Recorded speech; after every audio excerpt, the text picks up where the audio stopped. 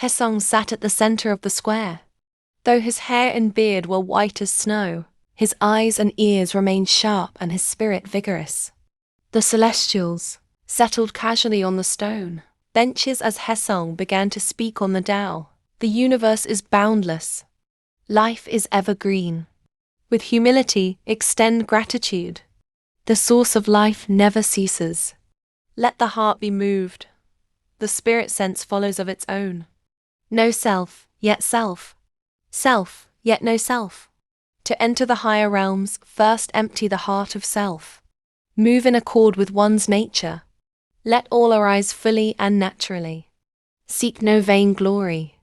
Lay claim to not even a needle. Enjoy fully in the present. Remain ever watchful and aware. In the human world, there is much suffering. The fault lies in possession and occupation. We who are celestials must not follow that path. The 10,000-year world is near. It is close, within reach. Cultivate the heart in earnest. Do not miss the road ahead. Hesong spoke for a while, and every celestial listened with rapt attention, each feeling their spirit refreshed and their heart luminously clear. Then came the riddles. His E stood up first, 2 ends curved like a carrying pole. It neither carries water nor bears rice. From east to west it is flat as ground. Green moss ever bright and fresh upon it. Byrong of Cherry Blossom Ford immediately jumped to her feet. A bridge! Celestial woman Haying stood up next. Pitch dark inside, dim all around. 18 yellow oxen cannot pull it open. Celestial man Moran called out. A cave! Duofun, who had the gentle appearance of a young woman, stood up gracefully, cleared his throat, and offered the following riddle. Halfway up the mountain, a wondrous opening, normally sealed shut with just a seam. Asterisk. But when a mountain peak comes and stirs within, the grass nearby grows wet and glistening. At these words, everyone froze for a moment.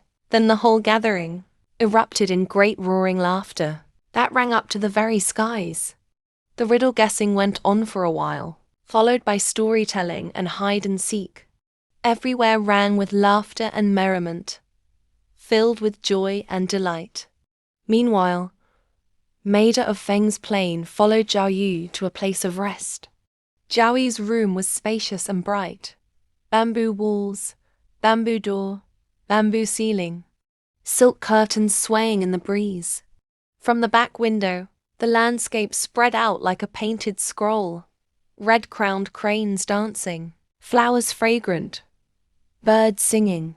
One word alone could describe it. Beautiful. Inside were several bamboo reclining chairs.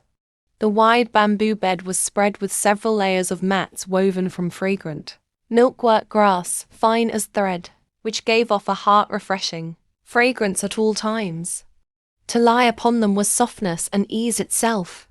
The pillow, fashioned from pliable lotus rhizome, was pale yellow and refined.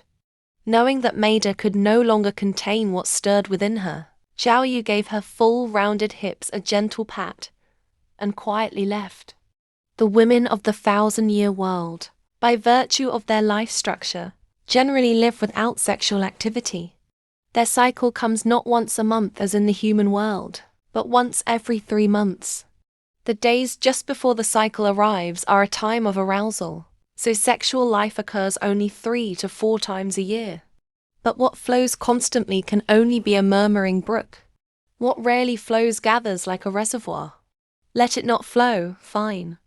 But once it is full and the sluice gate opens, it surges in a torrent, waves crashing beyond all control of one's own will. This was exactly where Maida now stood, at the very edge of the gate opening. The men of the 1,000-year world are altogether different. They may express their vitality at any time, yet their desire is entirely within their own control. Without external arousal, they have no desire. Only when a woman in her season of longing beckons does something rise in them, like a horse freed of its bridle, remembering how it felt to gallop across the open steppe. Furthermore, the celestials of the 1,000-year world never contract illness throughout their lives.